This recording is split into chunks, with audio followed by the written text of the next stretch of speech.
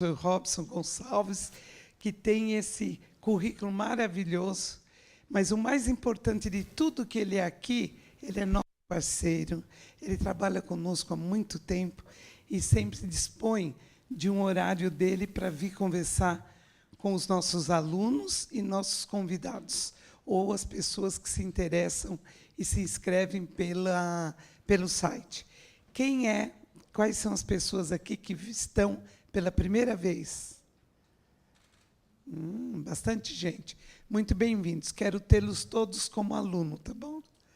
Aguardo todos aqui para os nossos cursos. Os que estão aqui, que já são nossos alunos, e aqueles que estão vindo desde a primeira palestra, agradeço bastante, porque sempre é muito bom nós temos um auditório completo. Isso é uma troca de energia ótima. E o professor Robson Gonçalves, com toda a sua categoria, vai dar um show. Podem acreditar, eu sou fã número 1 dele. Mas ele tem muita coisa para nos dizer. Eu quero também dizer para vocês, como é já costume, nós sempre oferecemos as moedas que vocês trazem e os alimentos que nós pedimos para uma instituição assistencial de Santo André. Nessa noite, nós estamos recebendo a coordenadora do Ficar de Bem Crame, senhora Cíntia Castropil, que está aqui presente, vai participar da nossa palestra, do nosso encontro, e depois aqui vai receber em mãos tudo que vocês trouxeram. Já agradecemos também, porque ninguém é obrigado, mas é um pedido que a gente faz. Professor, falar do senhor, eu vou ficar babando aqui, então, com todo esse currículo maravilhoso, nós estamos ansiosos por ouvi-lo. Por favor. Obrigada. Obrigada mesmo. Viu? Bom, eu que agradeço a oportunidade que a Strong me dá. Falar para uma casa tão cheia assim é sempre uma alegria e uma responsabilidade. E, de fato, eu levo muito a sério essa parceria. Então, eu acho que quem leva a sério a educação, como leva a Strong, quem leva a sério a responsabilidade de representar a Fundação Getúlio Vargas aqui no ABC, como é a Strong, que é assim, desde o Sérgio Tadeu, né, que é o nosso conveniado, né, até cada pessoa que nos atende aqui, pelo telefone. Assim, eu sempre tenho muita tranquilidade quando eu me relaciono com a Strong, desde a portaria até qualquer conversa que eu tenho que ter com a direção da Strong, na pessoa do Sérgio Tadeu, por exemplo. Então, eu acho que assim, os bons têm que se unir, né? Porque os maus já estão unidos faz tempo. Então, se os bons não se unirem um pouquinho que seja, a gente está lascado. Bom, quando chega janeiro, a gente sempre consulta as cartomantes, as mães de santo, os médiuns videntes e os economistas. Isso explica o fato de estar tão cheio assim, porque você quer saber, afinal de contas, o que será o amanhã. Vamos ver se eu consigo, então, entrar em contato aí com forças sobrenaturais para mostrar para vocês um pouco disso. E depois eu percebi que eu cometi um pequeno erro. Quando eu informei qual era o título da palestra, eu falei cenários para 2019. Olha que coisa boa. Você veio aqui para ouvir só 2019, eu vou entregar para você até 2022. Não vou acertar mesmo. Então, já que eu não vou acertar, já não acerto um monte de anos. Sabe por que eu vou errar um ano? Um monte de anos. É uma coisa extremamente importante quando a gente fala disso, principalmente para mim, que tem esse vício de ser professor, de deixar bem claro para vocês o que são cenários. Porque a gente usa essa palavra cenários de uma maneira muito assim, pouco rigorosa, às vezes. Que nem a palavra paradigma. Né? Paradigma todo mundo usa, não quebre os seus paradigmas e tal, não sei o quê. Principalmente homem, quando está passando cantada e tal. Né? Não, você tem que quebrar os seus paradigmas e tal. E vira um papo de boteco. Quando a palavra paradigma, na verdade, é uma palavra que, dentro da metodologia da ciência, ela é muito rigorosa. É um conjunto de ideias básicas que servem para orientar o trabalho de pesquisa. E as pessoas falam assim, paradigma, como falam em qualquer coisa. Cenário é mais ou menos assim também. Então, a melhor definição que eu conheço de cenários, porque eu sou também professor da disciplina de cenários econômicos e tendências dentro da FGV, nos programas que têm essa cadeira. Cenários são futuros possíveis. Então, o cenário não é previsão. Previsão é uma coisa que os economistas chamam de forecast.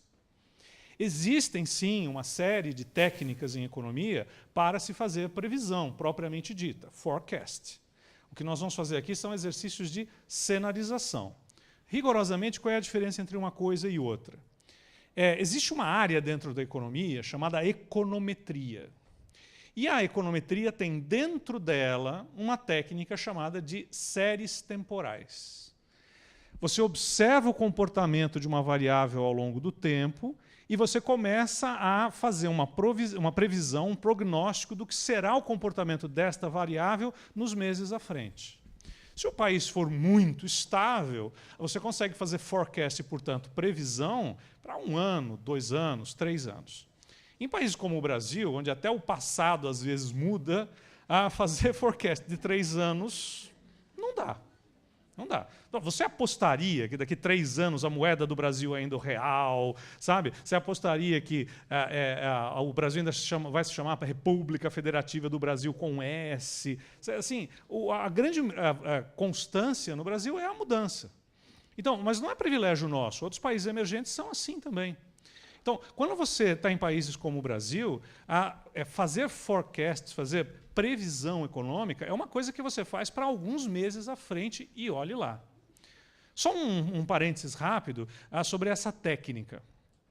Eu costumo dizer que o primeiro econometrista do mundo deve ter sido aquele sacerdote egípcio que tinha que marcar na parede lá do palácio do faraó o nível do rio Nilo. Imagina que trabalho chato, né? Todo mês ele tinha que ir lá na parede e colocar um risquinho sobre o nível do rio Nilo. Um desses caras deve ter se afastado assim e olhado a parede de longe. E ele percebeu que existiam 1000 anos de registro. Aí ele se afastou um pouquinho mais e ele começou a perceber o seguinte, olha, quando dá uma cheia além do normal em novembro, dá uma seca lascada em maio. Aí ele começou a procurar isso de novo e falou, olha, de novo é assim, olha, e de novo é assim. Aí quando ele percebeu que deu uma cheia lascada em novembro, ele chegou para o faraó e disse assim, os deuses me disseram que vai haver uma seca em maio. Sabe? Já tem que fazer a encenação. Assim, sabe? O faraó falou, imagina, eu fiz todos os sacrifícios para os deuses e isso, aquilo e tal. Falei, mas Horus está temperamental, majestade. Então, tá bom, então vamos fazer o seguinte, se tiver a seca em maio, você está vivo, se não tiver a seca em maio, você vai estar afogado na pouca água do Egito, da água do Egito que houver. E quando chega maio, tem a maldita da seca. Então, assim, as séries temporais são exercícios em economia que percebem regularidades em algumas variáveis econômicas. Se existe, de fato, essa regularidade, então, hoje em dia, você tem softwares magníficos que fazem esses forecasts. Então, é possível fazer. É possível fazer. Quando você vai falar para 2019, 20, 22, as grandes variáveis macroeconômicas são cenários. Cenários são futuros possíveis. E nunca vai existir um futuro possível. Existem futuros possíveis. Então, o que você faz? Na verdade, um exercício de consistência. Suponha que aconteçam estes eventos. Dada a estrutura da economia, o que deve sair do outro lado? Não, então muda o conjunto de eventos. Mudou o conjunto de eventos? Mudou. Dada a estrutura da economia, o que acontece lá do outro lado? Então, o grande segredo, se é que eu posso falar assim, de realizar cenários é você ser consistente. Você fazer hipóteses que sejam razoáveis e você filtrar essas hipóteses para uma estrutura da economia que você conheça bem. Então, é basicamente isso que nós vamos fazer. Então, para que eu possa fazer hipóteses e mostrar para vocês alguns futuros possíveis, eu vou mostrar 4 futuros possíveis. É uma coisa que eu venho fazendo já há 2 anos dessa forma. A gente vai primeiro dar uma olhada na estrutura da economia. E aí, se eu estiver olhando para essa estrutura da economia erradamente, a informação que eu vou dar, aquele input de informação, vai ser filtrado e vai gerar um cenário irrelevante. Essencialmente é isso. Eu estou te dando aqui uma síntese muito rápida da primeira aula de cenários econômicos e tendências que a gente oferece nos nossos MBAs aqui. Mas quais são as questões fundamentais? Quer dizer, o que eu acredito que vocês vieram aqui para ouvir, discutir, enfim. Antes de mais nada, em que ponto nós estamos? Quer dizer, o Brasil passou por uma crise inédita nos anos de 2013, 14, 15, começou a sair dessa crise aos trancos e barrancos em 2016, o ano de 2017 foi um ano de grandes frustrações, a economia não engrenou como se esperava, o ano de 2018 foi uma agonia. Quer dizer, se tiver alguém aqui que não excluiu nenhum amigo do WhatsApp ou do Face, você é um santo homem e uma santa mulher, porque assim, ou brigalhada que houve o ano passado, tá certo? Então foi um ano de agonia, né? Agora, quando você quer começar a voltar a amizade com aquela pessoa, ela vem e faz uma postagem de novo que você discorda. Você fala, não, melhor não, deixa quieto. Assim, né? Então, em que ponto nós estamos desse processo? É fundamental. Saiu um número ontem sobre o IBCBR, que é o Índice de Atividade Econômica do Banco Central. Esses índices saem muito defasados sempre. Ele saiu relativamente a novembro, mas ele saiu muito fraquinho. Quer dizer, a atividade econômica em novembro foi um tanto quanto decepcionante. A economia não chegou em 2019 engrenando realmente um fôlego de recuperação. Não, ela chegou assim, meio de 4 com a linha de fora. Então a gente tem que avaliar isso, porque isso evidentemente vai condicionar os nossos cenários. Portanto, eu quero saber se a crise econômica ficou mesmo para trás ou se ela deixou resquícios. Vou falar um pouco mais disso já já. E, se tudo der certo, qual é o potencial da economia brasileira? Porque o ano passado teve muita gente que foi para a televisão, candidatos, vendendo ilusão, dizendo que era fazer 3, 4 coisas, assinar 2, 3 decretos e a gente ia ser feliz de novo. Infelizmente, não é verdade. Eu gostaria de ter acreditado naquilo, mas não é verdade. E, evidentemente, você quer o cenário de estresse. Mas se tudo der errado, se tudo der errado, no fundo, as pessoas sempre deveriam se fazer essas perguntas. Né? Qual é o potencial da situação onde eu estou e, se tudo der errado, o que vai acontecer? Por exemplo, para casar, a pessoa devia se preocupar com o potencial, mas ela devia se preocupar se tudo der errado mesmo. Não é? E se o cara com quem a moça está casando ficar igual ao pai dele? Ai! O ai foi muito sincero. Mas conheço o pai do cara. Sabe? O padrão de ronco, por exemplo, é hereditário. Poxa, se for aquele que assopra, sabe? Aquilo ali é muito desagradável. Né? A pessoa, para comprar um cachorro, vai conhecer os pais, para casar com um homem, não vai conhecer o pai do cara? Mas assim vai, precisa. Precisa. Examine as unhas do velho, tudo isso aí. Você faz. O homem é um ogro, não é diferente de um cachorro. Então, assim, sabe? As mulheres deveriam trabalhar com cenários de estresse. Mas não é, são futuros possíveis, vem da genética, você está vendo? Dá um conjunto de informação. O cara continuou sedentário, fanático por futebol e com aquele bando de amigo vagabundo. Pega a estrutura, a genética e vê o futuro possível. Mas é isso.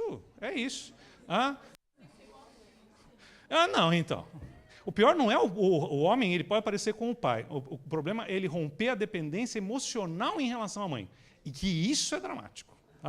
Então, assim, o cenário de estresse é sempre importante. E se tudo der muito errado?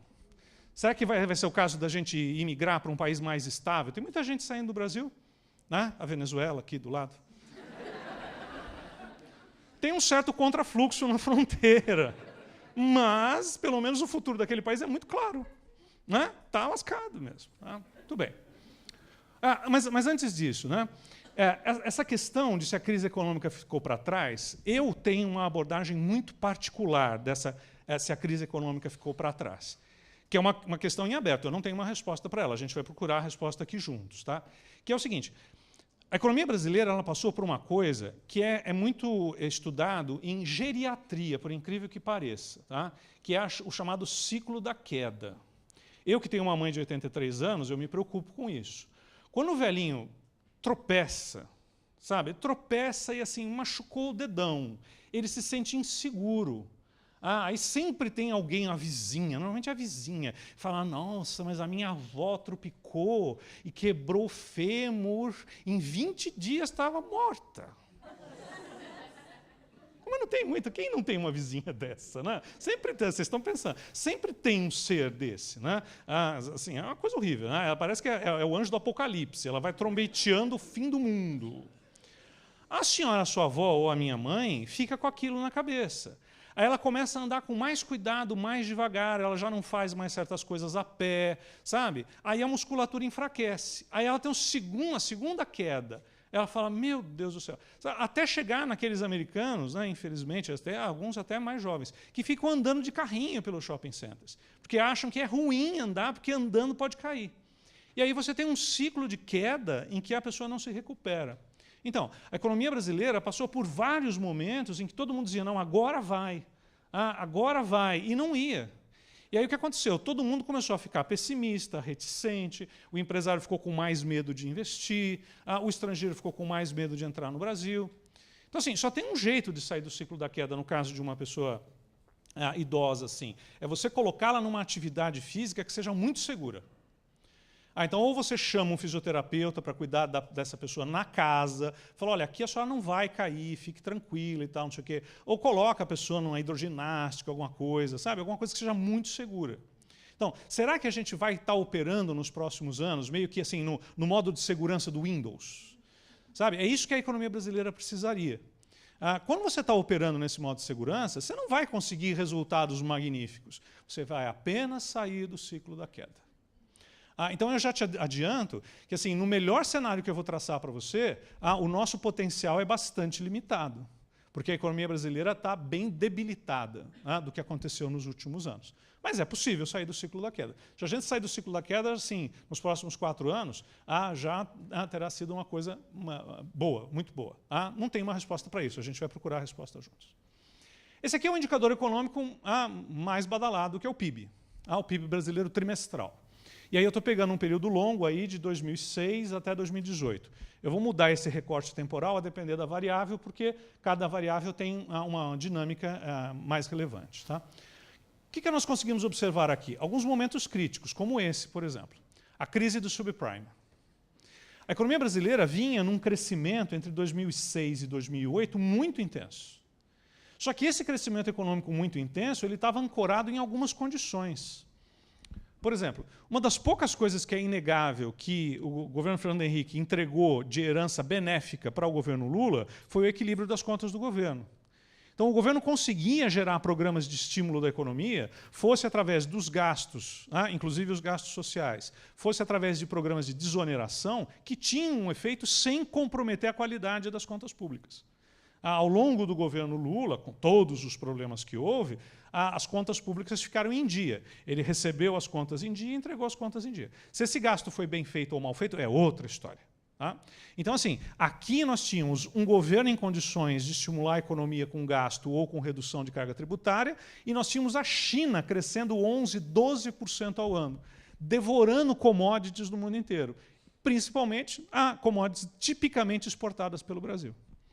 Portanto, quando veio a crise do subprime, a economia brasileira teve uma recuperação em V. Em questão de 12 meses, o PIB brasileiro voltou ao patamar que estava antes. Alguns países assim, levaram 36 meses para fazer uma recuperação que nós fizemos em 12 meses. Isso criou um grande mito de que a economia brasileira se recupera muito facilmente das crises.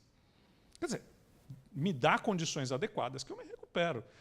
Quando o vento é favorável, qualquer maruja acha que é almirante. Sabe? Você bota o carinha lá e fala, olha, toca em frente, o vento é favorável, ele vai. Então, assim, muita gente acreditou que nós iríamos e vamos nos recuperar muito rapidamente da crise recente.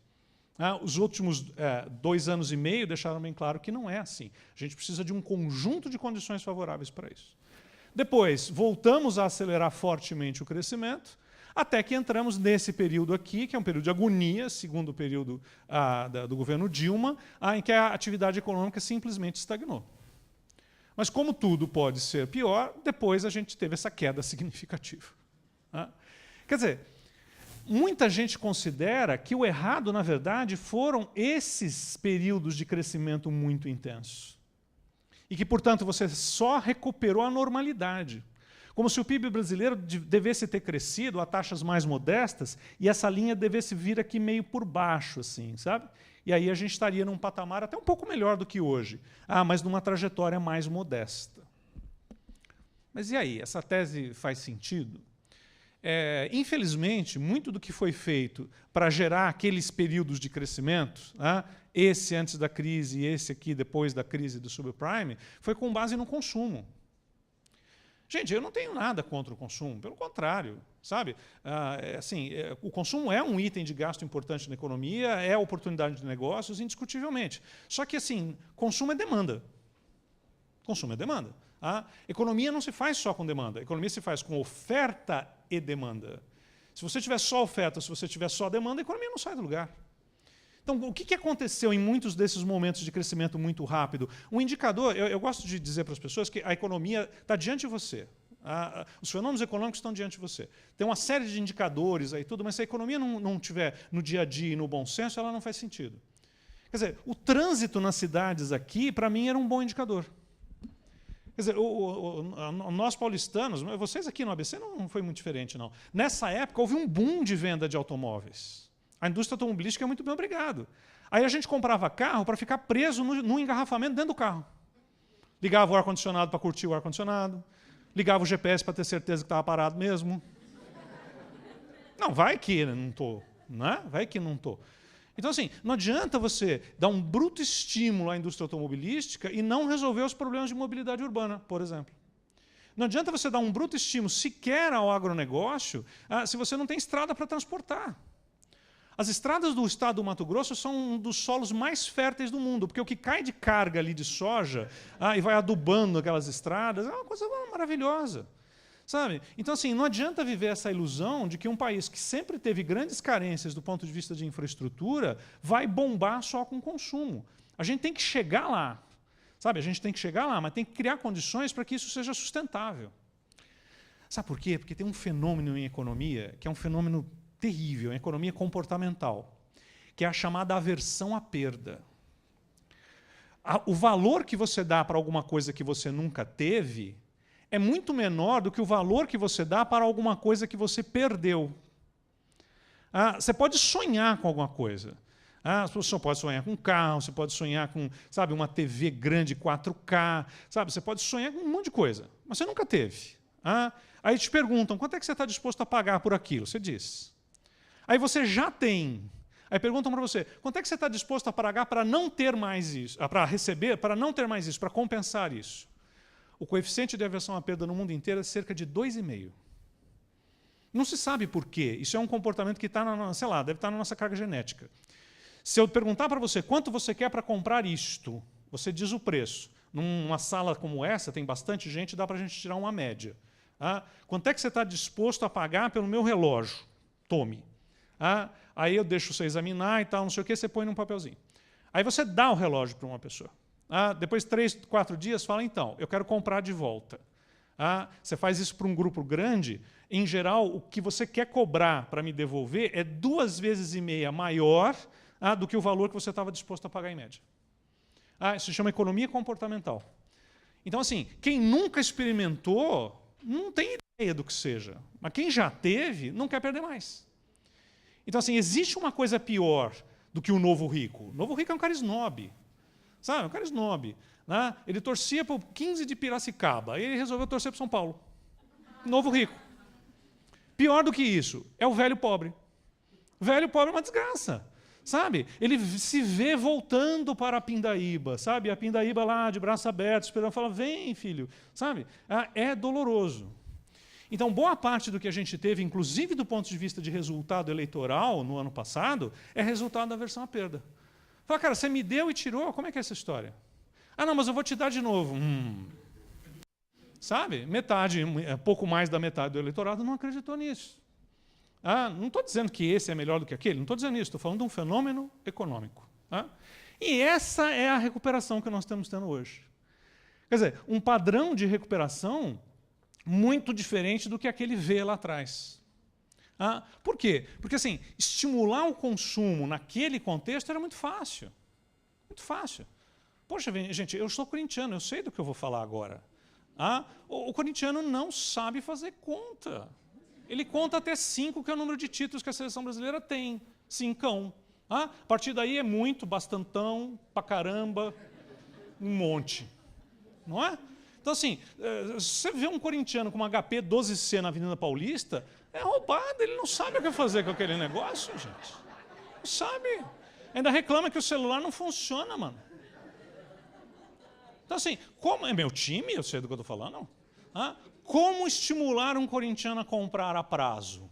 Basta que a parcela caiba no bolso dele. Não é? Mas você vai pagar 36 vezes. Ele fala, não sei nem se eu vou viver 36 meses. Não é? Então, assim, nesses momentos aqui, você estimular o consumo na base da pirâmide, a base da pirâmide do Brasil é extremamente larga, é muito fácil. Você faz uma política de crédito frouxo, o corintiano vai lá e se acaba. Minha felicidade é um crediário nas Casas Bahia.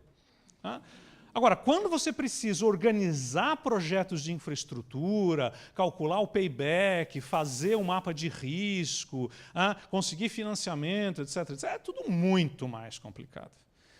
Então, assim, a lição que nós temos a fazer aqui é uma lição que tem que ser feita, mas vai ser feita num contexto de crescimento bastante moderado. Mas, assim, diante dessa desgraceira aqui, se crescer moderadamente de uma maneira mais ou menos contínua, já está bem bom. Então, assim, tem uma mensagem dessa palestra hoje. Pense pequeno. Pense pequeno. Se a gente pensar pequeno, a gente faz grandes pequenas coisas. Ao invés de grandes desgraceiras. Quem estava fazendo um monte de desgraceira, agora começa a acertar 2, 3, sabe? Já melhorou. Fala, poxa, não esperava isso. Ora, outra coisa que a gente tem que olhar, isso aqui é um gráfico um pouquinho mais técnico, mas acho que dá para a gente encarar aqui. É o chamado regime de metas para a inflação. Regime de metas para a inflação. Você está olhando isso aqui, você está achando isso, o termo técnico é mefistofélico. Mefistofélico. Mas vou perguntar uma coisa. A pediatra orientou a mãe da criança a dar dipirona sódica caso a criança tivesse febre, porque constatou que a criança não é alérgica à dipirona. Aí nós temos uma meta para a temperatura corporal, certo? Qual é a temperatura corporal considerada normal? 36,5 graus na escala Celsius. O Brasil hoje considera que a inflação aceitável é 4,25% ao ano. Então, não está muito diferente. Só que assim, se a mãe mede a temperatura da criança e ela está com 37, ela não vai medicar a criança por causa de meio grau. Ela fala, não, meio grau eu tolero. E se ela perceber que a criança está com 36, isso ainda não é assim uma hipotermia. Não vai encher a criança de cobertor, botar conhaque na mamadeira para esquentar, não há necessidade. Então, existe um intervalo de tolerância acima e abaixo do 36,5, onde a melhor coisa a fazer é nada. Agora, se a mãe percebe que a criança está com um febrão de 40, 39, ela dará dipirona sódica. Ela começa com a dose básica. A médica diz, olha, 4 gotinhas, mas pode chegar até 6. A cada 4 horas. Então a mãe começa com aquela dose básica. A febre não cedeu, não convergiu para a meta, ela aumenta a dose, cedo ou tarde, a febre vai convergir para a meta, a temperatura convergirá para a meta. Então, se você percebe que a mãe está reduzindo a dose de dipirona cada vez que está dando dipirona para a criança, você nem precisa medir. Provavelmente a febre está passando. Concorda com isso? Muito complexo isso que eu estou falando? Então, o regime de metas de inflação é a mesma coisa. Você tem aqui uma meta que era 4,5%, agora é 4,25%, mas até o ano passado era 4,5% de inflação. E o intervalo de tolerância, 2 pontos para mais, 2 pontos para menos, depois virou 1,5 ponto para mais, 1,5 ponto para menos. Toda vez que a economia tem uma febre inflacionária, o IPCA está subindo, o Banco Central vai lá e aumenta a dose da dipirona, que é a Selic, a taxa de juros básica. Segura na dose terapêutica. Vou usar um termo técnico agora, se vocês não entenderem, eu explico depois. Que a inflação converge para a meta, o Banco Central começa a reduzir a dose do remédio. Parou de cair, parou de cortar. Voltou a subir, voltou a elevar a dose do remédio. É exatamente assim. O método de controle inflacionário através do regime de metas de inflação é como se a Selic fosse a dipirona. Aliás, eu estimulo meu aluno a escrever isso. O Banco Central, entre parênteses, médico, eleva a dose da Selic, entre parênteses, dipirona. Quando a temperatura, entre parênteses, IPCA, se desvia da meta 36,5 graus. Aí ele já misturou um com o outro e tudo. Deu muito certo. Isso aqui é governo Lula. No governo Lula, a inflação, ora teve abaixo de 4,5%, ora teve acima, ora teve no alvo. Essa que é a ideia, é isso que se espera do regime de metas. O Banco Central eleva a inflação, eleva a taxa Selic quando a inflação sobe, baixa a taxa Selic que a inflação desce. Onde foi que a gente perdeu o controle? Aqui, Em 2011, com a inflação estourando o teto de intolerância da meta, a Dilma determinou que o Banco Central cortasse fortemente a taxa de juros. Ela foi para Davos nessa época e ela disse que o controle inflacionário pela taxa de juros era uma coisa ultrapassada. Mas, enfim, coloca o quê no lugar? Ah, professor, mas cortou a Selic e a inflação caiu. Lógico que caiu. Caiu porque baixou o preço da energia elétrica, segurou o preço do bujão de gás, deu uma série de desonerações fiscais que hoje estão fazendo falta para os estados, só que depois a inflação subiu de novo. Quer dizer, no período Dilma parece que a meta inflacionária era 6,5% e não 4,5%. A inflação nunca nem encostou em 4,5%. Agora, quer saber uma coisa? Ela foi eleita 2 vezes, democraticamente. O povo escolheu. Então, se ela, eleita democraticamente, dissesse a meta inflacionária não é mais 4,5%, é 6,5%, seria legítimo. O duro não é isso. O duro é a pessoa dizer que está fazendo regime e aí vai num restaurante mineiro no domingo. E enche a cara lá de rabada com agrião, polenta, e feijão tropeiro. Fala, e aí? E aí, abandonou o regime? Não, mudei a meta. A meta é minha. Você fica aí comendo alface com rúcula, tomates, besteirada toda. Mas não assumiu. Disse, não, estou de regime. E manda polenta para dentro. Sabe? Aí olha o que aconteceu aqui. Em algum momento aqui, quase que a taxa de juros Selic ficou igual ou podia ser ultrapassada pela inflação. Vamos desmistificar esse negócio? A taxa Selic é a taxa que o Tesouro Nacional paga quando a gente empresta dinheiro para ele. Professor, quando é que eu empresto dinheiro para o Tesouro Nacional? Quando você aplica em renda fixa.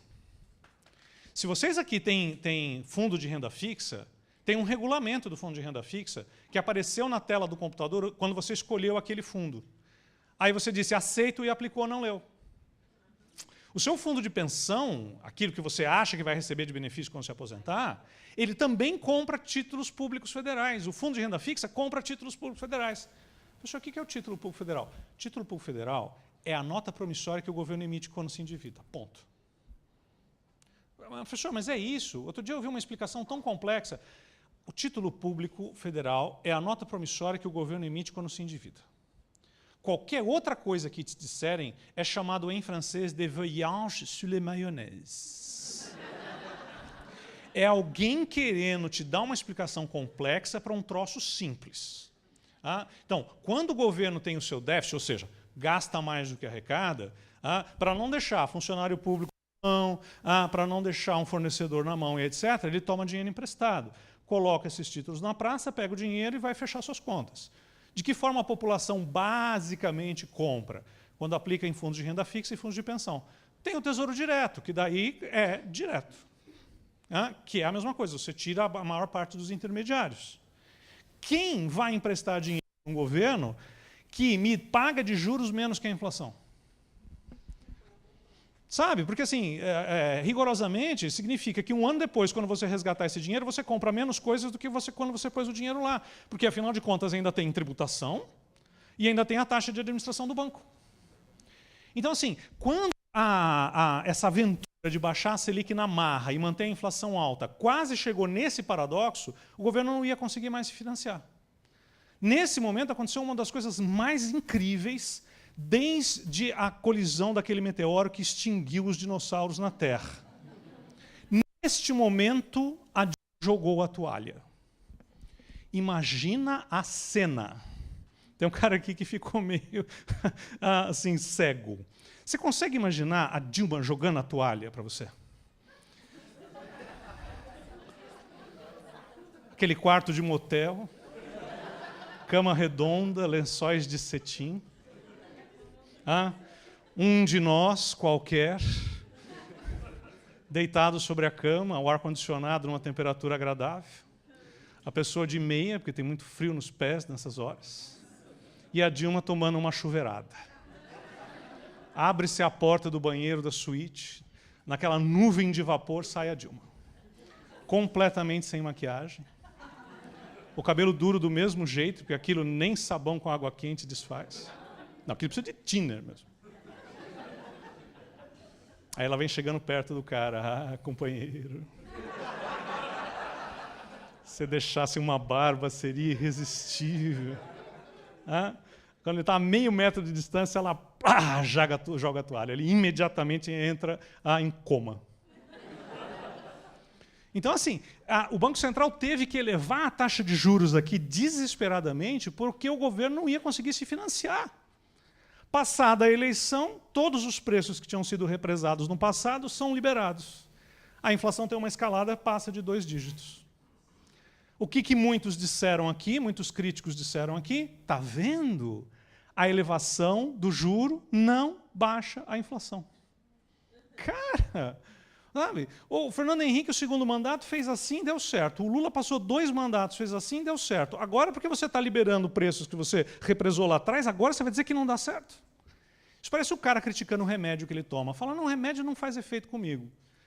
Só que assim, ele estava tomando remédio, tinha que tomar remédio 20 dias. Lá pelo 10º dia ele já estava sentindo melhor. E teve churrasco. Não faz sentido tomar cerveja e remédio. Eu vou tomar só cerveja. As bactérias se embebedam, ficam resistentes, porque bactéria bêbada é um negócio horrível. Aí quando ele volta ao tratamento, a dose do remédio requerida é muito maior. Muito maior. Então não é muito diferente disso. A economia não é tão diferente da medicina nesse sentido. O Banco Central segura a taxa de juros lá em cima, agora já no contexto do governo Temer. Evidentemente, cedo ou tarde, a inflação converge para a meta. Em que a inflação está convergindo para a meta, o Banco Central pode começar a reduzir a dose do remédio. E hoje nós estamos vivendo com essa inflação aqui bem comportada, abaixo dos 4%, inclusive. Então, assim, uma coisa que estava razoavelmente no lugar foi abandonada. E não deu certo. Voltamos a ela. Voltamos ao regime de metas para a inflação. E aqui são alguns números, em percentual do PIB. O que você está vendo aqui é o rombo global nas contas do governo. O que você está vendo aqui é o pagamento de juros, e o que você está vendo aqui é o tal do superávit primário. Então, você pega o primário, considera que tem que pagar juros e vê quanto faltou. Então, 7,7 menos 4,4, 3,3. É simples assim. Na União Europeia, aceita-se um déficit global do governo de até 3% do PIB. Então, no final do período Lula, déficit global 3,3, 2,3, 1,5, 3,3, 2,2, 2,4, 2,8. Então, assim, entre o final do governo Lula e o primeiro ano do governo Dilma, as contas do governo estavam razoavelmente em dia. Só que olha o que acontece aqui. O superávit primário, que tinha sido da ordem de 4,4% do PIB, ele emagreceu para 1,9% do PIB em 2013. E esses 2 números aqui têm maquiagem, têm pedalada. A hora que o TCU chega junto, a hora que o Ministério Público chega junto, não, então vamos desfazer as pedaladas. Aí você explicita a real situação das contas públicas. Ou seja, o governo já tinha déficit antes de pagar juros. Antes de pagar juros. Antes de você considerar o que você deve para os credores, já está faltando. Aí o nosso déficit global pulou da faixa, na média aqui, 2,5%, média, chegou a 9% do PIB. 9%. O PIB brasileiro é mais de 7 trilhões de reais. Pega 9% de 7 trilhões de reais. Considere em meses de salário seu e vê quantas encarnações dá. É um critério. É um critério. Quando eu quero saber se alguma coisa é muito cara ou muito barata, eu faço isso. Quantas encarnações eu vou ter que trabalhar para ter? Não é? É um critério. Então, assim, um país que sai de 3% do PIB de déficit global, desequilíbrio, rombo total das contas públicas, e triplica esse buraco, não pode ser um país que bate no peito e diz está tudo bem, está tudo em ordem, está tudo certo. Não tem como. Sabe? Não tem como. Agora, de que maneira você resolve esse desequilíbrio das contas públicas? Só tem 3 formas. O resto são maneiras de chegar nelas ou combinações delas. Primeira forma de você trazer esse número aqui de déficit global de volta para a casa dos 3 é voltar... Aqui está errado, tá, pessoal? Até faltou alguma coisa aqui que eu comi, desculpa. Depois eu vou ver o que é aqui. É só fazer a conta aqui. Isso, menos 1,7. Obrigado. Faltou 1 aqui. Voltar a ter superávit primário. Voltar a ter superávit primário exige corte de gasto e aumento de tributação. Se você fizer uma grande provisão aqui embaixo, você anula a conta de juros, resolve o problema lá em cima. Segunda forma, ter uma taxa de juros mais baixa. Porque isso aqui é a despesa com juro, a despesa depende da taxa. Só que assim, a Selic já está no nível mais baixo da história, 6,5% ao ano. Não vai mais abaixo disso. Terceira forma, privatizar para reduzir o tamanho da dívida, porque a despesa com juro é a taxa vezes o tamanho da dívida. Então, assim, de tudo, sobrou a privatização. Quer dizer, eu não sou assim, se você me perguntar, você acha que tem que privatizar a Petrobras? Eu não sei. Eu acho que tem que discutir, talvez. Eu tenho uma suspeita que sim. Mas só o valuation da Petrobras vai levar 3 anos. Só para você levantar, fazer com 2 empresas independentes, auditoria e tal, para dizer quanto é que é o valor de mercado daquela empresa, você vai levar 3 anos. Não tem jeito. Assim, a Eletrobras devia ser privatizada? Talvez.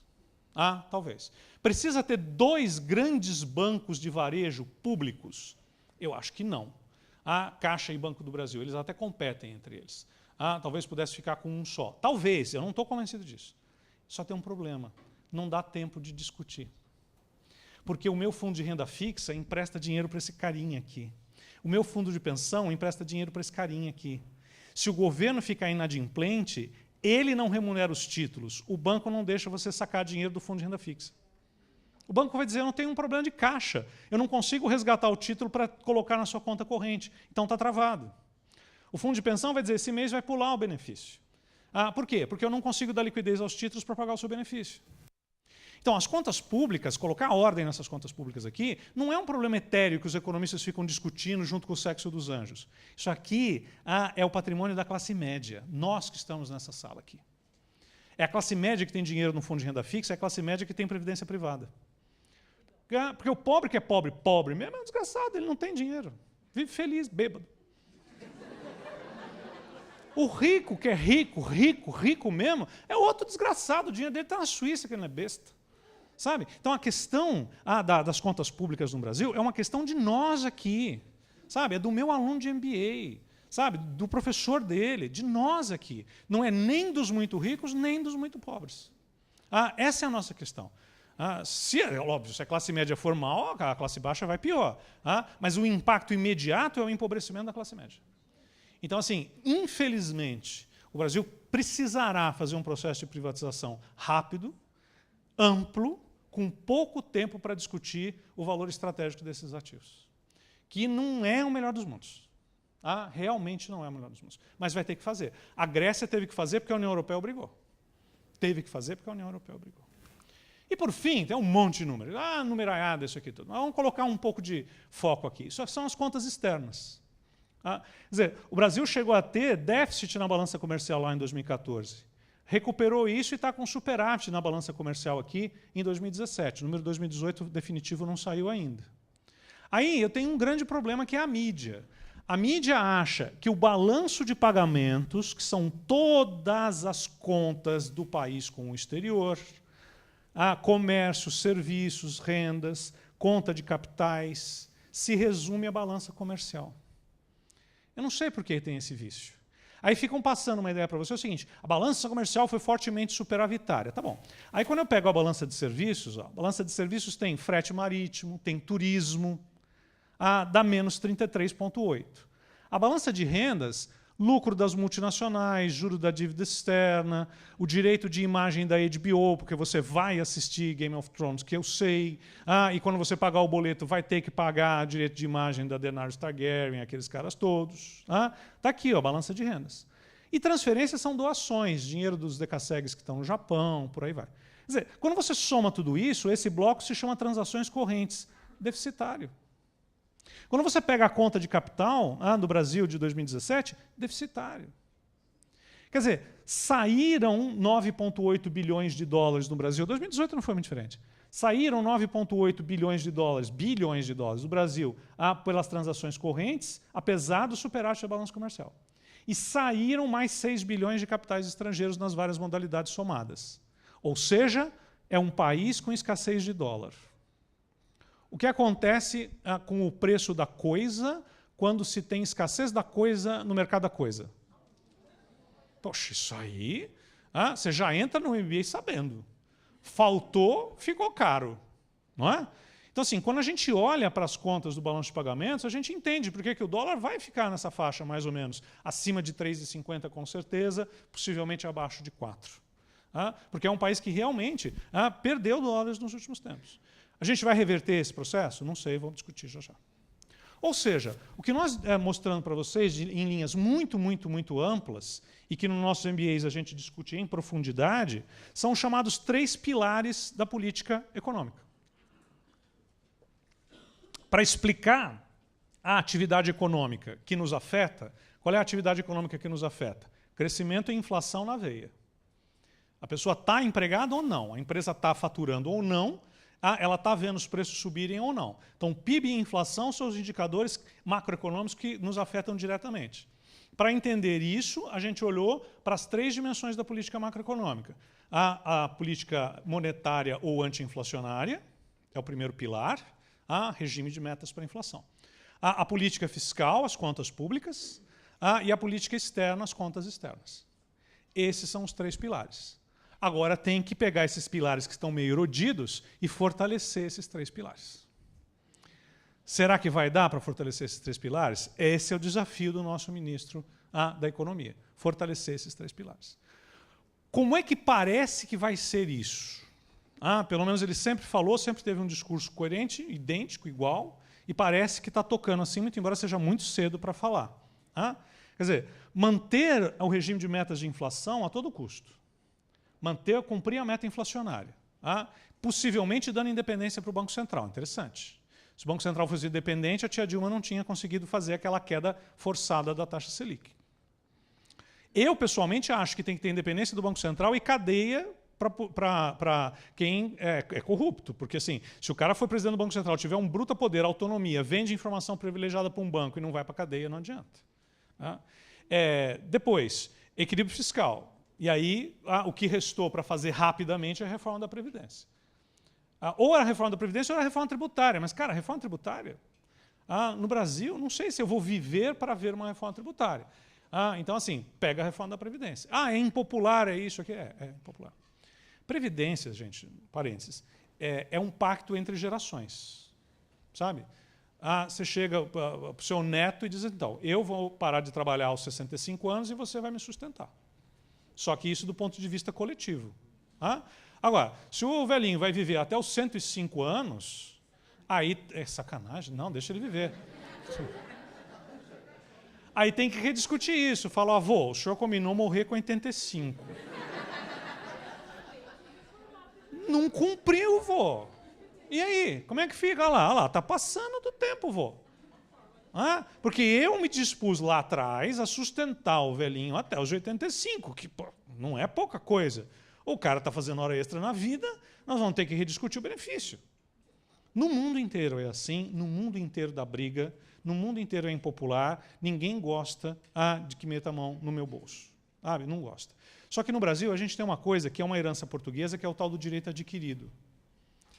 Isso não é no mundo inteiro assim. É uma herança portuguesa no Brasil. Uma das maiores figuras do início da República no Brasil foi o Barão do Rio Branco. Como é que o cara pode ser barão se você decretou a República? Não tem mais barão, filho. É República, cada cidadão um voto. Mas aqui no Brasil tem direito adquirido. Uma vez que ele foi barão, ele vai ser barão até morrer. Ele só não pode passar para frente o título. Nós somos assim. Quem foi o nosso primeiro governante? Primeiro governante brasileiro? Dom Pedro, gente, pelo amor de Deus. Dom Pedro I era o herdeiro do trono português. Aí ficou a regra do já que tá, que fique, então, majestade. Não é? Em outros países a gente teria cortado a cabeça dele, aquele tarado. Sabe?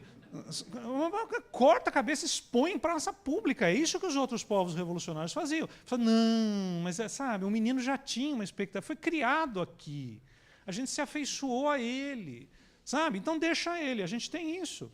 Getúlio Vargas foi ditador durante boa parte do tempo, nosso patrono da instituição a que eu pertenço. Aí quando vai ter eleição, quem elege? O ministro do cara, que deixou a cadeira quente para quem? Para o próprio cara. O povo pegou e falou, não, ele, volta Getúlio. Então a gente tem uma coisa no Brasil de que direito adquirido não se mexe. Isso é questionável. Mas se direito adquirido não se mexe, então vai ter que mexer mais no direito não adquirido. Isso é matemática, cara. Não tem jeito.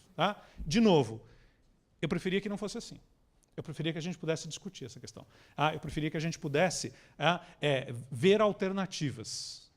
Infelizmente, está difícil encontrar alternativas. Então, assim, você percebe que eu estou meio contrariado, mas assim, é o que há. Dito isso, dada essa estrutura, vamos olhar para esses cenários para 2019 e 2022 e ver quais são as hipóteses que eu estou adotando para essa estrutura econômica que você acabou de ver comigo. Eu estava sem inspiração para saber como é que eu montava esses cenários e que imagens eu colocava para ajudar você a entender a mensagem. Aí eu estava vendo a previsão do tempo da Maju e eu comecei a pensar assim, em alternativas. Então, assim, sabe, o que seria um dia de sol, um dia nublado, blá, blá, blá. Eu vou chamar o primeiro cenário de o limite do possível.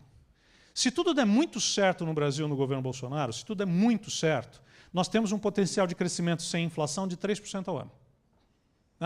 É o que tem para hoje. 3% ao ano é a infraestrutura que a gente tem que não está legal, são os problemas da educação que a gente tem que não vai resolver do dia para a noite, é a escassez de energia, é a economia mundial que também não está crescendo maravilhosamente. Se a gente tiver um tempo meio nublado, superando obstáculos, a gente vai crescer 2% ao ano, em média, na minha hipótese aqui. Você vai ver que é um cenário 3, 2, 1, 0, bum. É basicamente isso. Se a gente tiver aos trancos e barrancos, é como se o governo Temer não tivesse acabado. Escureceu a vista um pouco, mas ela voltou. Então é como se o governo Temer, na verdade, não tivesse acabado. É só isso. E tem a tempestade perfeita. Se tudo der muito, muito, muito errado. Eu tenho exposto esses 4 cenários, já faz, com atualizações, evidentemente, já faz mais de 6 meses. Então, eu já vou dizer uma coisa para você. Esse cenário da tempestade perfeita está se tornando menos provável. Eu vou colocá-lo como um elemento de reflexão, um cenário de estresse, mas ele está se mostrando menos provável. Eu fiz uma palestra semelhante no contexto eleitoral.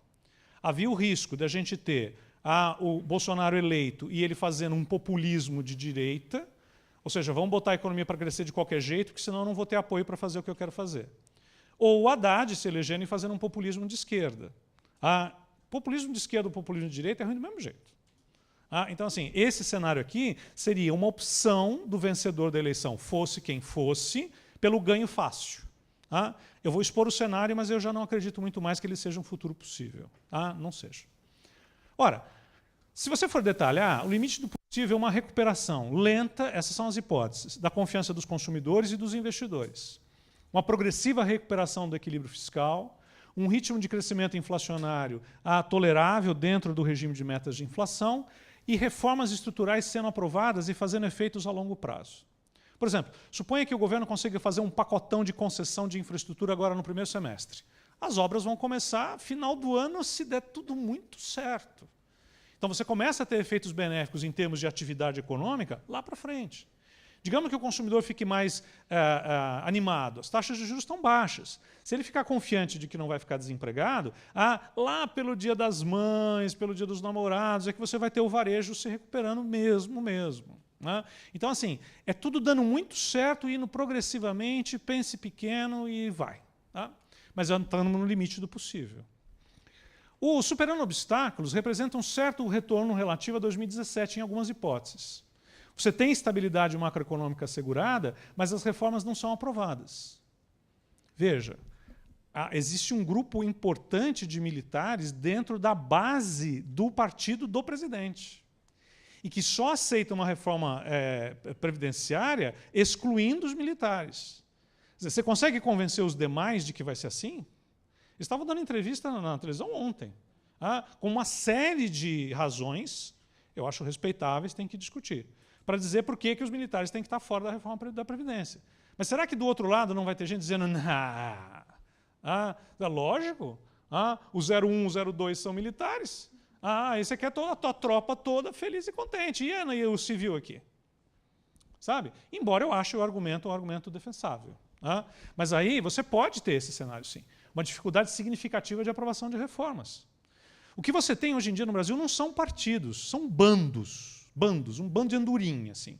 Para onde tocar aquele apito que atrai andorinha, o bando de andorinha vai. Sabe? O Congresso não começou a funcionar ainda. Então, assim, não é claro e evidente que as reformas serão aprovadas, mesmo as impopulares ou as populares. Aos trancos e barrancos, aí você tem uma propagação do ano de 2018. As reformas ficam paradas, o nível de confiança de empresários e consumidores não se recupera e você começa a ter impasses políticos. Por exemplo, essa coisa do filho do presidente é séria.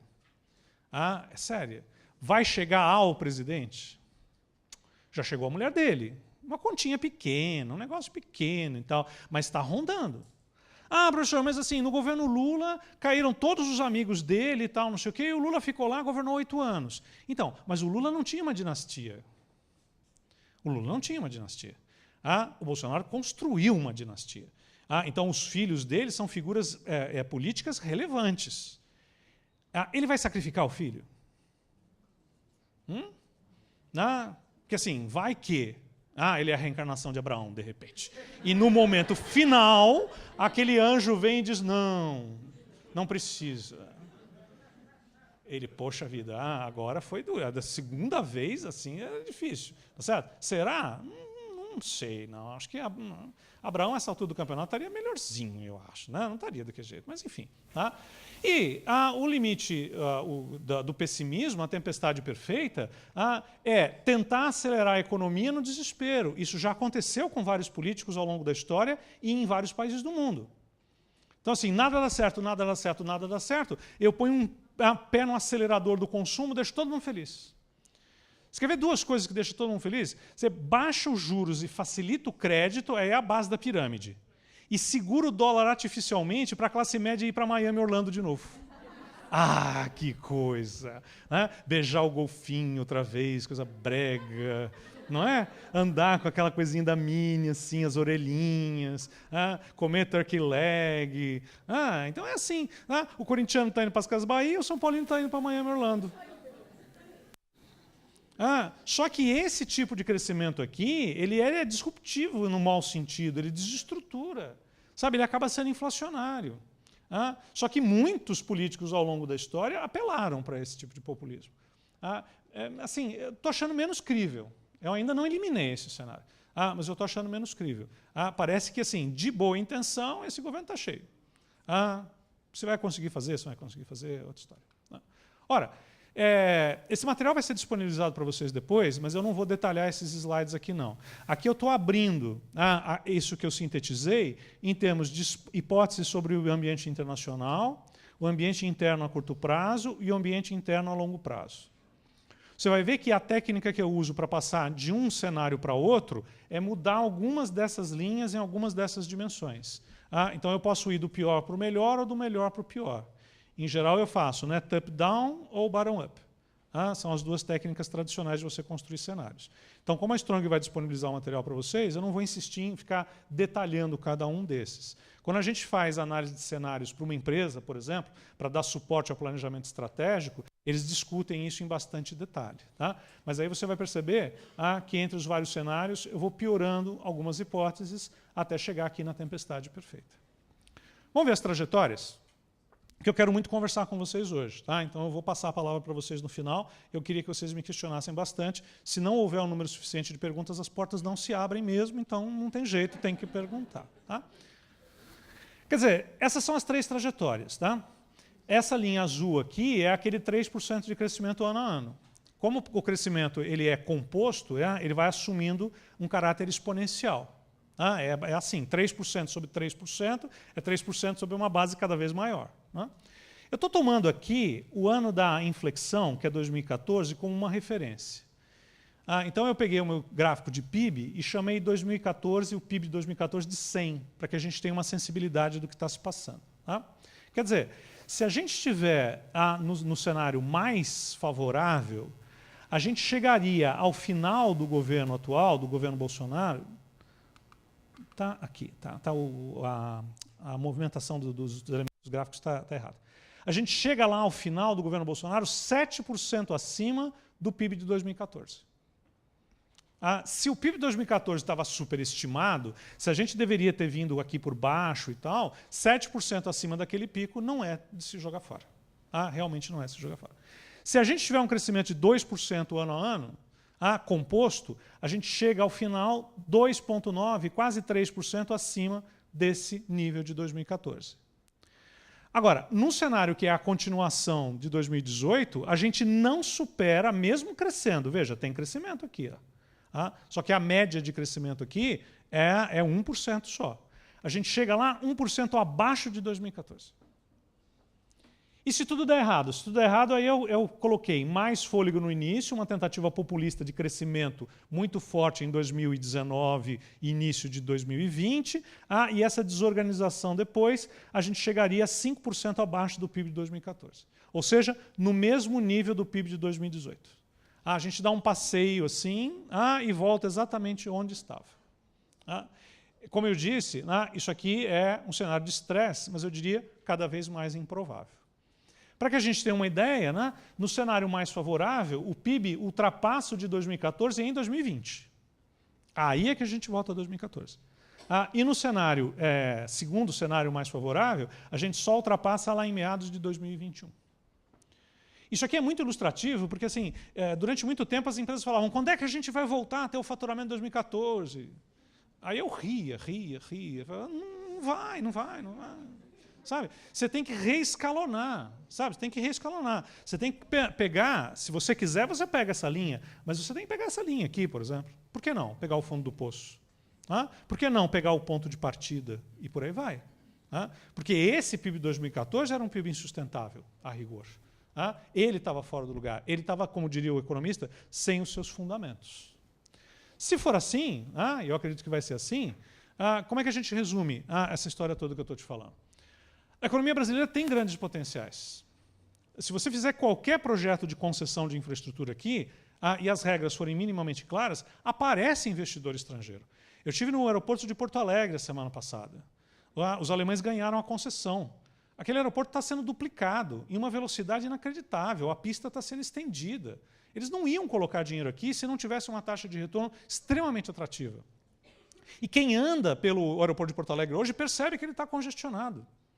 Quer dizer, qualquer projeto de infraestrutura no Brasil nasce saturado. Inaugura qualquer estação do metrô em São Paulo. Ela nasce saturada. Duplica a Marginal Pinheiros. Vai fechar de qualquer jeito no momento de pico. Sabe? Então, assim, existe um grande potencial no Brasil. A gente só precisa arrumar um pouco mais a casa. As grandes limitações, portanto, são fragilidade institucional. O que eu chamo de fragilidade institucional? É o legislativo, que não tem mais partido, é o executivo, que, vamos falar a verdade, está pecando muito pelo amadorismo, está cometendo erros assim, de gente principiante mesmo, nesses poucos dias. Eu gosto de dar o exemplo da ministra lá, como é que é o nome da ministra? Damares? Gente, eu juro para você que eu tenho uma enorme simpatia pela pessoa dela. Sabe, eu olho para ela e falo, ela não é do mal. Não é do mal, ela não é. Se ela fosse minha vizinha, pedisse lá uma xícara de açúcar, dona Damares, leva o cacau também. Juro por Deus. Eu só acho ela completamente despreparada para ser ministra. É outra coisa, é outra história. Ela fala coisas assim simplórias do coração dela. Aí os críticos caem matando. Sabe? Ela tem apenas despreparo para ser ministra. Só isso. É o Fusca em cima da árvore. Mas tira o Fusca da árvore, o poçante vai ainda. Fusca é um negócio indestrutível. Sabe? Se quiser me dar um Fusca, eu aceito. Mas ele está em cima da árvore.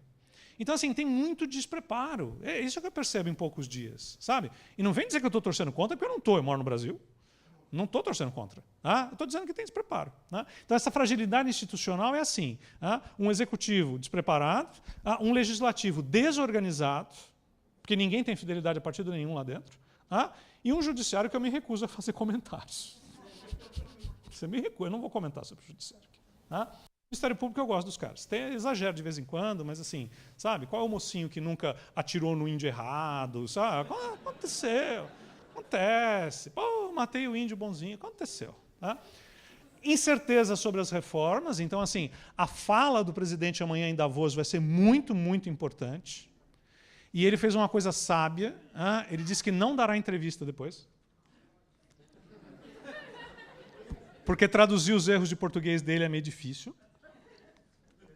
Tá ok? Sabe? Não vai dar entrevista. Pô, todo mundo dá entrevista. Não, mas eu não dou entrevista. Sabe? É melhor não. Sabe? Tem gente que calado é tão poético, né? Assim. O cara já vai fazer um discurso, mas daí vão preparar o discurso, ele vai ler o discurso, a boca dele vai secar, ele vai tremer, sabe? Ele vai ter aquele suorzinho aqui que eu sei que vai. Então é capaz dele dizer, não, deixa a janela aberta para entrar esse vento frio de fora para eu não suar. É capaz disso. Mas não vai dar entrevista. Tá certo. Então essa fragilidade institucional é tudo isso e a incerteza sobre as reformas persiste. A fala dele lá vai ser muito importante. A desaceleração da economia mundial, a China está mostrando a cada ano um crescimento mais fraco, então fica mais difícil para as economias emergentes sobreviverem num ambiente que não é tão favorável. E essas carências imensas sociais e de infraestrutura. Você vê o que está acontecendo no Ceará, né? O que está acontecendo no Ceará é uma coisa que, assim, a violência urbana é uma face de carências sociais muito, muito, muito grandes. Não tem dúvida disso. As pessoas ficam falando da vereadora que foi morta no Rio de Janeiro, que eu acho uma tragédia matar aquela vereadora e o motorista dela, uma tragédia. Mas teve uma policial militar que foi morta aqui em Higienópolis, que também era negra e também era homossexual, só que não dá ibope. Os dois casos eu acho uma tragédia. E é uma questão de igual, tanto quanto. Mas é uma questão de carências sociais imensas. E isso aí não se resolve, nem essa se resolve rapidamente. Portanto, esse cenário mais pessimista de populismo de direita ou de esquerda está se tornando altamente improvável, e o mais provável, na minha opinião, realmente, é um cenário de crescimento lento, mas contínuo nos próximos anos. Se a gente vai ficar entre o melhor dos cenários ou o segundo melhor, eu ainda não tenho essa resposta. Mas até aqui, hoje é dia 21 dias de governo. Aí vem a Strong e fala, vai lá, fala de cenário e tal. Isso porque diz que são meus amigos e tal, não sei o quê.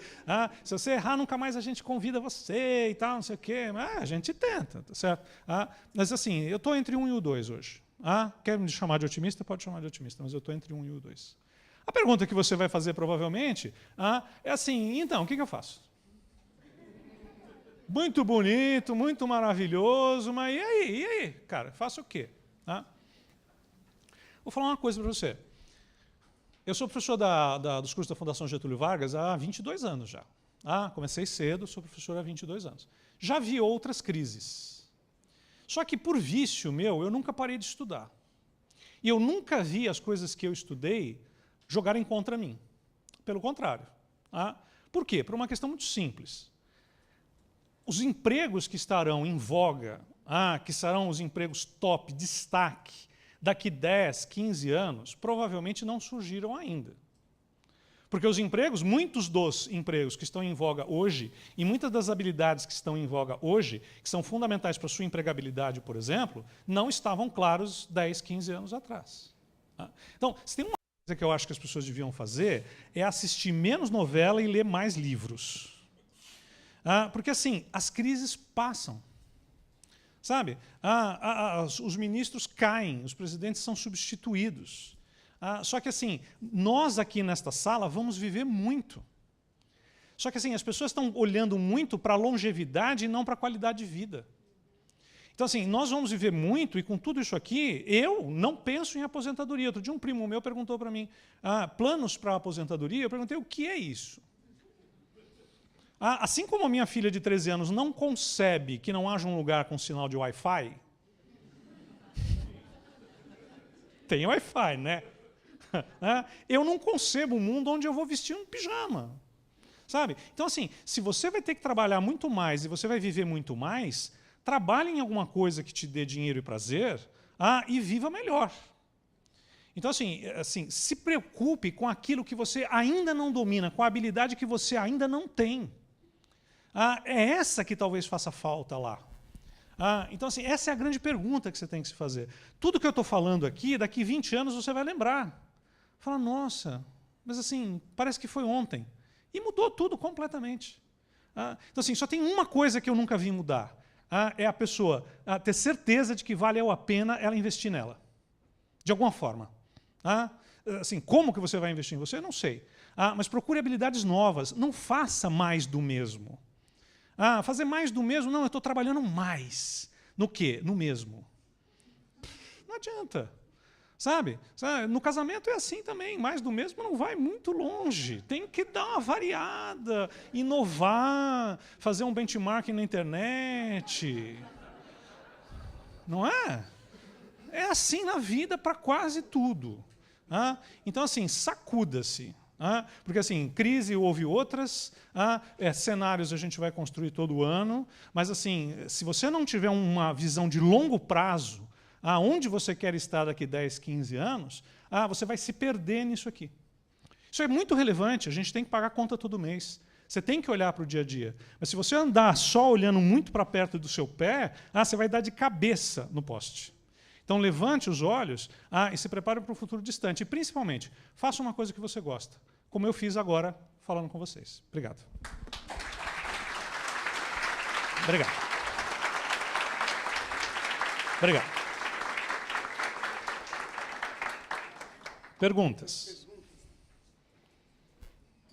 Que beleza, não sai daqui hoje mais.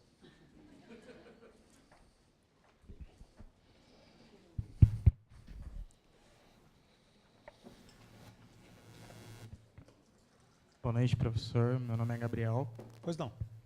Economista, a gente sabe que prepara um ano inteiro e numa semana muda tudo. Caso daquele greve dos caminhoneiros no mês de maio. Migrando um pouco para o mercado internacional. Sim. Nos Estados Unidos teve uma queda que não tinha desde 1931. Ocorreu o shutdown, teve as guerras comerciais, China e Estados Unidos, e teve uma queda muito forte que não tinha há muito tempo. Quanto tempo o senhor acha que demora para poder estar voltando ao aquecimento normal? Não, veja, eu acho que o shutdown americano é um pouco da marola em torno de uma tendência. Eu acho que a gente tem que olhar mais para a tendência. O governo Obama ele enfrentou uma situação paradoxal também, e teve shutdown no governo Obama, e eles chamavam de abismo fiscal. Era o fim do mundo, abismo fiscal, etc. E era uma grande chantagem que os republicanos estavam fazendo com Obama naquele momento. Agora não, agora é a cabeça dura do próprio Trump. Então, assim, não é o shutdown que vai dar a tendência do que deve acontecer nos próximos anos. Eu acho que não é tanto com o shutdown que a gente tem que se preocupar. É realmente mais com a guerra comercial mesmo. Então, assim, como é que a China vai reagir diante dessa guerra comercial americana? Pode ser que surja uma oportunidade para o Brasil, de se alinhar com outros países, e diversificar um pouco mais as suas relações comerciais, por exemplo. Quer dizer, se nós formos menos dependentes da China, é melhor. E a gente se tornou muito dependente da China naquela fase lá de crescimento muito rápido. Então, se é para arrumar a casa, é melhor talvez arrumar a casa nesse contexto em que tudo está se mexendo. Então, a guerra comercial realmente eu acho que se é para a gente mudar as nossas parcerias comerciais, é melhor mudar agora mesmo, porque está tudo mexendo. Se tivesse tudo muito bem e a gente fosse mexer, seria mais arriscado.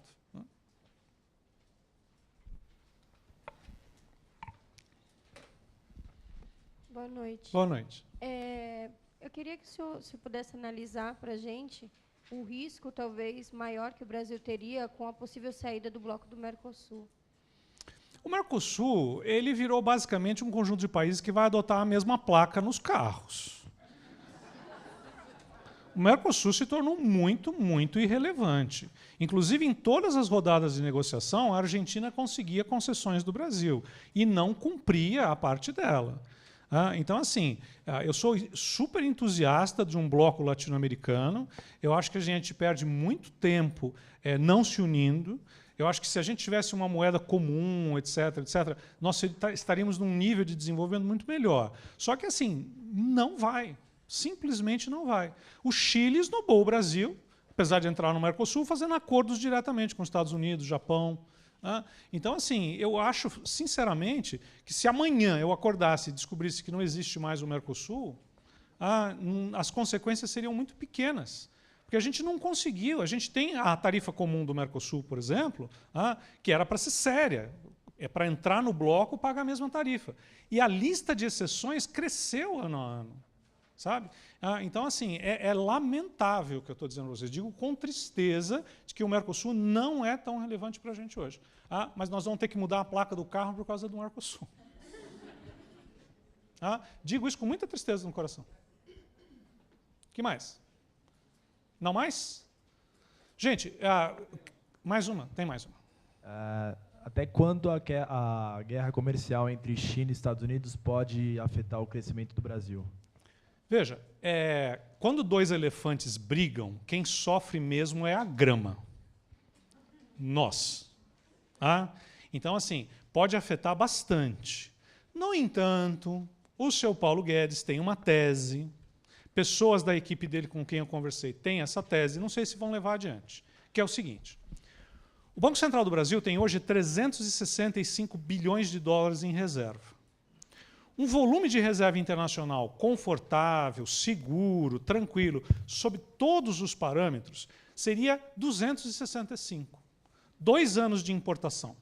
Então, o Brasil tem reservas internacionais em excesso. Parece que o senhor Paulo Guedes tem a seguinte ideia.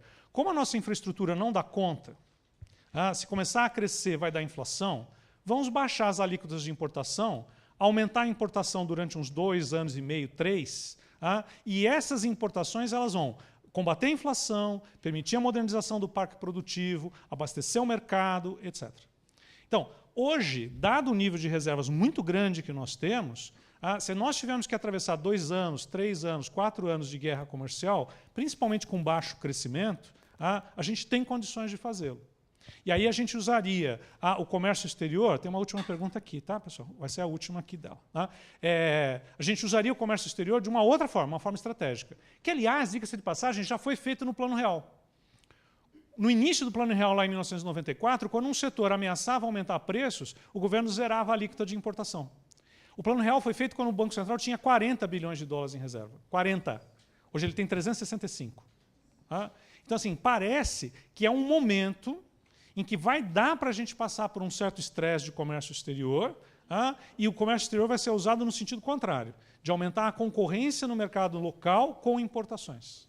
Se a gente estivesse muito dependente das exportações, não daria certo. Se o Bolsonaro conseguir impressionar as pessoas lá fora e começar a entrar capital estrangeiro, melhor ainda. A gente vai ter como atrativo de dólares o ingresso de capital e não a balança comercial. Deve nos afetar, sem dúvida, certo? Mas até que é um momento em que talvez dê para fazer um arranjo aí, num contexto de baixo crescimento. Fala no microfone, por favor, para todo mundo ouvir. Meu nome é Agnes, eu sou estudante de economia aqui da Exax. Eu queria perguntar se essa estratégia de abaixar a alíquota de importação prejudicaria, com certeza, o fiscal, né?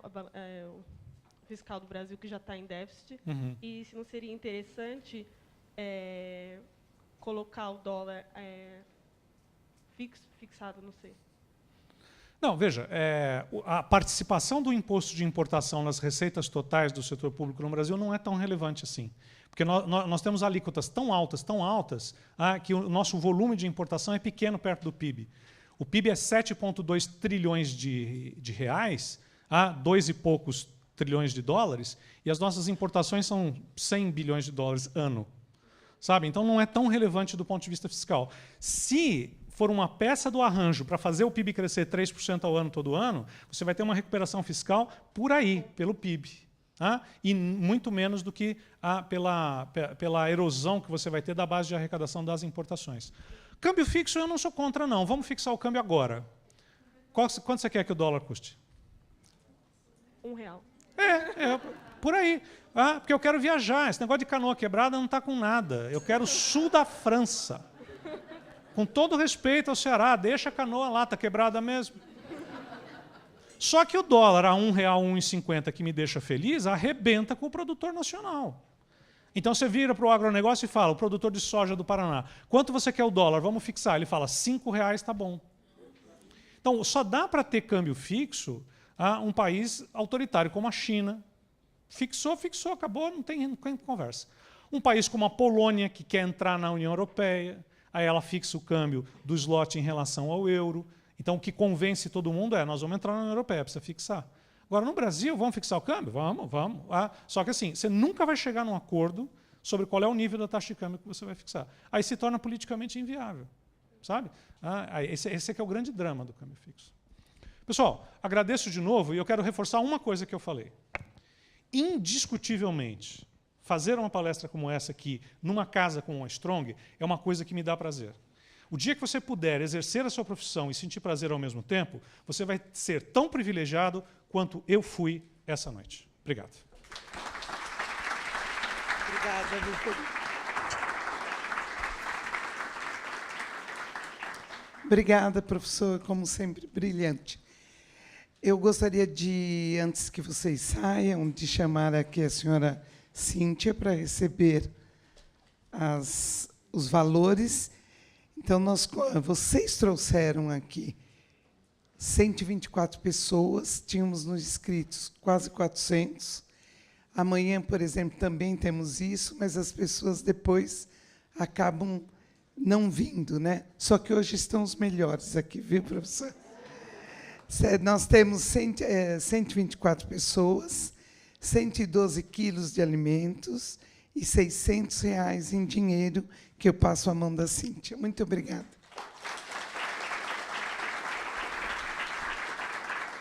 A Cíntia vai falar 1 minutinho sobre o CRAME, ficar de bem. Boa noite a todos. Mais uma vez eu quero agradecer a Strong pela honra de estar participando aqui pela 3ª vez do ciclo de palestras, que são muito boas, né? Agradeço muito ao professor Robson.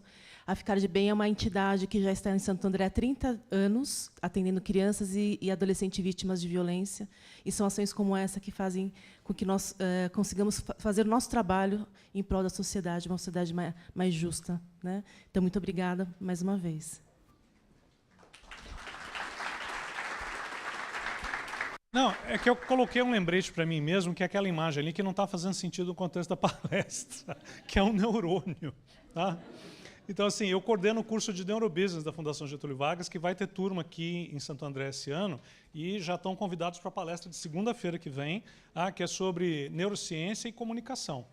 Quer dizer, a incapacidade que algumas pessoas têm de se comunicar, ou de usar a neurolinguística no processo de comunicação, é uma coisa incrível. E, assim, é algo que a gente tem que se atualizar a respeito. Estão convidados para segunda-feira que vem. Você vê que eu ponho um neurônio ali e esses todos aqui falham. Não adianta nada. Esses aqui têm que funcionar, né? Obrigado.